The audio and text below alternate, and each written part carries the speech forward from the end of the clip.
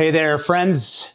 Jeff here again from Picture Time, and I'm back with another little restore video. Hopefully this one will be kind of quick, but my wife has been in Austria visiting our daughter doing a study abroad. She's just about to come back, and while she was gone, I bought a 50-year-old sailboat.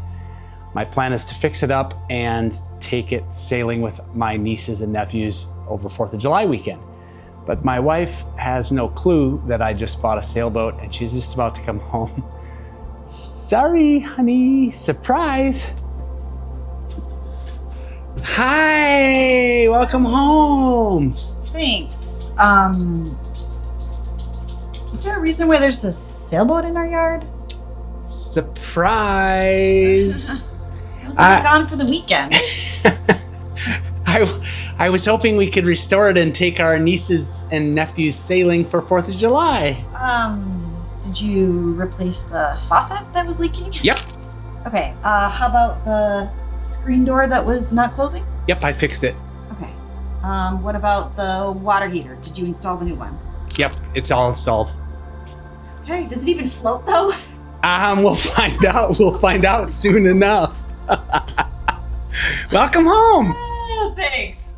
So I bought this 1975 Melgus X-Boat for $350. It was kind of tired. It had seen better days. It was pretty beat up and it had sat in the water, so there was algae stains on the bottom. But it was all there, and it was a solid boat. The wood needed to be refinished. The chipping paint needed to be touched up. There were 2 sails, 2 jibs. The wooden boom and mast were in good shape, and all the rigging was there. My first step was to try to get the algae stains off, so I used muriatic acid in a spray bottle, let it sit on there for a few minutes, and then used my pressure washer to try and get most of it off. I wasn't able to get everything off, but it certainly looked a lot better after I got done pressure washing it.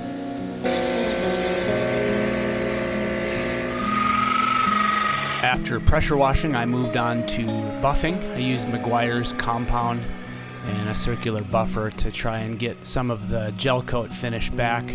There were a couple of nicks and marks and discoloration in the gel coat, but overall the shine came back really nicely, and I'm really pleased with how it came out. And I used a heat gun to take the old stickers off.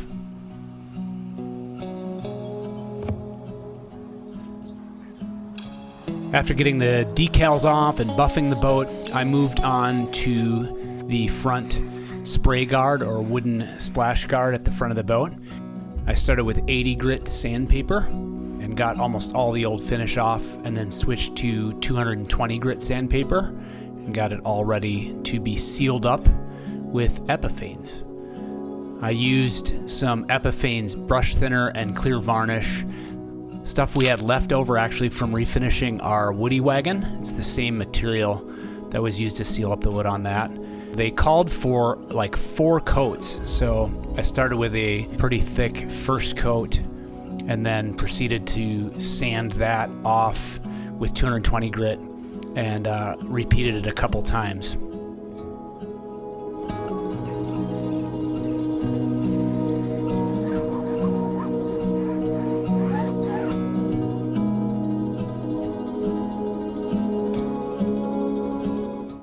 Like with anything, this was a fairly tedious process, but it was really rewarding to see how the wood came back to life after a couple coats of this finish on it, and we're super happy with how it turned out.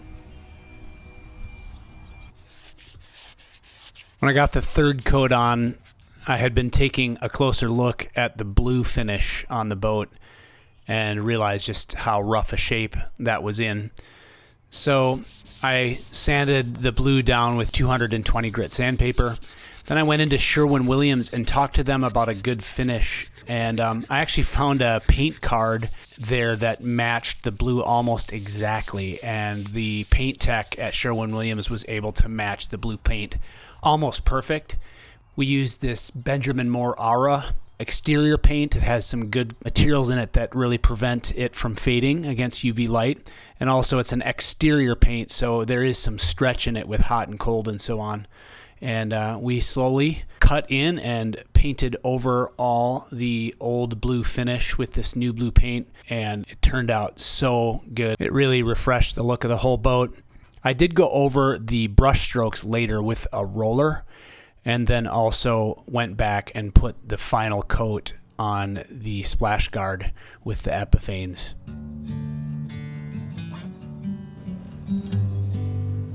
So I got done painting the blue on the boat, and it looks so good. Now, the white does not look that good at all. So I went and got some topside semi-gloss white paint recommended by the guys over at Lowe's, and proceeded to repaint the whole top of the boat.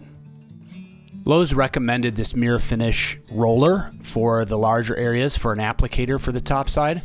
So I sanded the entire white area with 220 grit sandpaper, and then cut in along the edge and the blue with a fine brush, and then rolled the center with a roller. And I'm really excited to share with you how it came out. Well, the boat's 51 years old, but it sure doesn't look it anymore. I'm so pleased with how the white turned out, and cutting it in against that really retro blue really sets it off nice. I think it's very cool. After getting the blue and the white finished, I used some vivid paint protection film to protect where the mast rests go when you're storing the boat and hauling it on a trailer. I really just didn't want to get the blue paint that I just had finished all nicked up again when I started using the boat. After that, I reinstalled the mast and boom holder that I had refinished, and also added paint protection film to the front just behind the wooden splash guard. And also I added some film on the sides of the boat where the strap goes for when you strap it down to the trailer. And I think it came out really nice. Next, I needed to figure out the rigging. The guy I bought the boat from had a jib with it, but never had sailed with it. So I found the jib line and I attached it just behind the forestay, and then found the end of the cable on which I would tie my new jib rope. And obviously then there was already a metal clasp that came with the boat that will mount to the top of the jib. I tied some nylon rope that I had laying around to the front using a jib knot that I learned on YouTube. And then after getting the rope tied, I just tested it to make sure that the jib would raise smoothly, tied it off, and then cut off the excess material. And then I used a little lighter to just burn the end to make sure it wouldn't fray. Getting closer to taking this thing out and trying it out on a lake, I built some wooden mast rests for the front and back of the boat, then found a Husky knee pad at Home Depot and cut it for the base so the mast holders would be able to arc a little bit around the curvature of the top of the boat. I used some waterproof wood glue to affix the pads to the bottom of the mast rest, and the mast sits in there pretty nice, so I'm confident it will stay put when we're hauling it down the road. So I got the boat loaded up. We're headed out to a lake close by my house. My buddy Dave is a sailing expert, and we're going to see if we can get this thing all rigged up and sail it for the first time. The maiden voyage. Oh, that's right. Hey Dave, good to see you. Hey, good to see you, Captain. Good to see Skipper. you. Dave and I spent a few minutes at the dock figuring out how the mast went up and how the sails all went together. What do you think, Dave? Did everything go in? So far, so good. I'm very impressed. This thing is shiny and new. Several inches of clearance. 5 more feet. 4, 3, 2. We're sailing, Dave. We're sailing. 3-hour tour.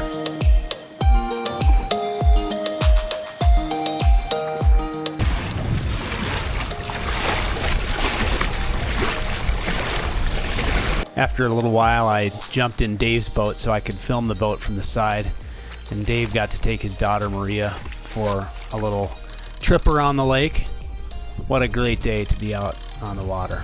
The wind actually picked up really nice, and got to test out tacking and all the rigging.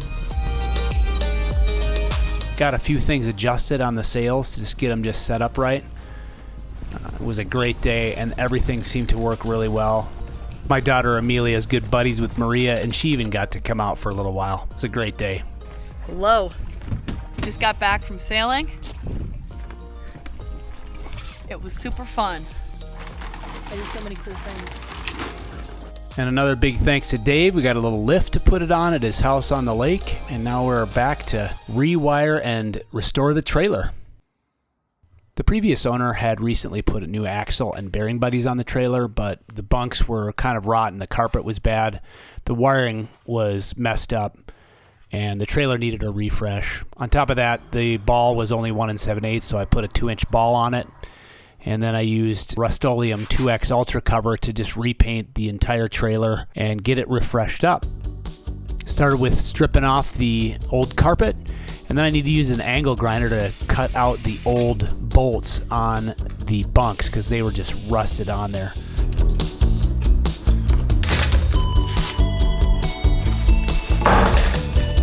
I took off all the old lights and snipped all the old wires off. And then I repainted the trailer chain.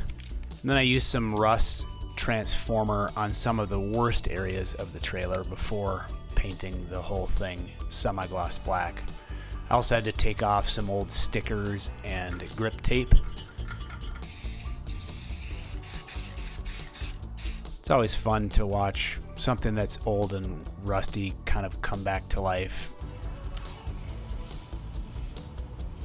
I wanted the trailer to stand out a bit too, so I used some of the extra blue paint from the top side of the boat and painted an 1/8-inch blue pinstripe on the trailer. Then I added some extra grip tape that I had laying around from a previous job on top where the old tape was removed, and it really turned out nice. Then I ran over to Home Depot, got some pressure-treated cedar and all new bolts for the bunks. Hi guys, thanks. Hello. Thanks for cutting those. Yeah, of course. There you go. Boys at Home Depot cut the 2 new boards to size, and I came home and I used the old bunks as templates to drill the holes for the bolts that would mount it to the trailer.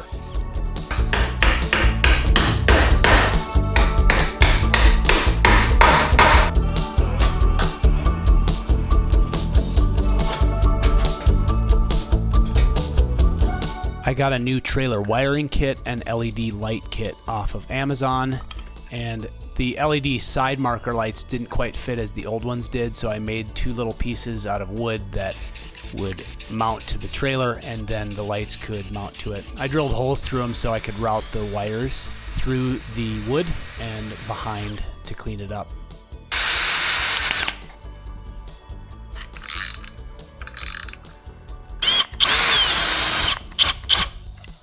After that, I crimped on and soldered some ends to the ground wires of the marker lights, and then affixed the new soldered ground wire to the back. I also had to drill a hole on the right side of the trailer. There was a hole on the left, but not on the right. And then I used some thick gauge wire to pull the new trailer wires through the hole. Then I used 1/4-inch heat shrink. And then these new little wire fast solder connections, they work so slick. You just put the 2 wires together and then use a heat gun or a small torch to heat them up. And then I heat the heat shrink over and you get a really nice watertight seal. I then repeated the process on both sides in the back. And I ran the side marker light back to the brown wire from the rear light, and then put the 3 brown wires together using the same heat shrink and solder connections. Then I used zip ties to tighten up all the loose wires and made sure all my grounds were tight, and I ran the main ground to the front coupler. Okay, moment of truth to see if my wiring job worked. I've got this light not working. I had to redo that ground. It was just not grounding right. That's why that didn't work. We got 4 lights working. Now it's time to re-carpet the bunks. I got this Cuda Power Sports premium bunk carpet off of Amazon and proceeded to use my stapler to get it fixed. I just cut it 1.5 inches long on the sides and 3 inches long on the ends. Then I finished up with roofing nails to finish off the ends to make sure everything would stay put once we get this thing in and out of the water. On the front bunks, the wood wasn't that bad, and I just cut the carpet just a little long and wrapped it around the top and the ends, and then got the rear mounted up with the new bolts. This thing's ready to go. I think we'll be ready to pull the boat up to the cabin to teach the nieces and nephews how to sail on 4th of July weekend. Getting towed back to shore. Lastly, I ordered some custom decals from Amazon to match the boat, and I used ChatGPT to name the boat with me and had some custom decals made for that as well. We're ready to go to the lake.